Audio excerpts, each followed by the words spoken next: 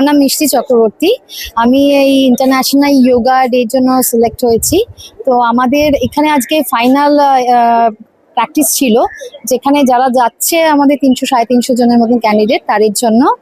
তো খুব সুন্দরভাবে আজকে আমাদের প্রোগ্রাম করানো হয়েছে, মন্ত্রা শুরুতে, শেষে মন্ত্রা, আর তারপরে আমাদের রিফ্রেশমেন্ট ছিল। আর আমাদের জন্য বাসের ব্যবস্থাও করা হচ্ছে। 800টার মতন বাসের ব্যবস্থা করা হচ্ছে, যারা যেখানে থাকে সেই জায়গা থেকে উঠবেন।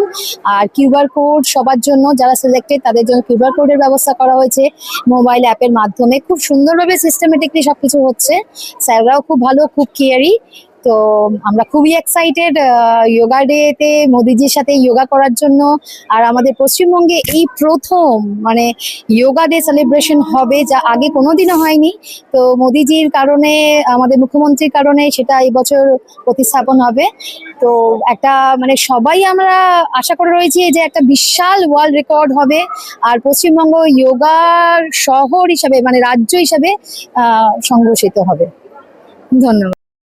যোগের সব খবর সবার আগে জানতে চ্যানেলটিকে সাবস্ক্রাইব করুন।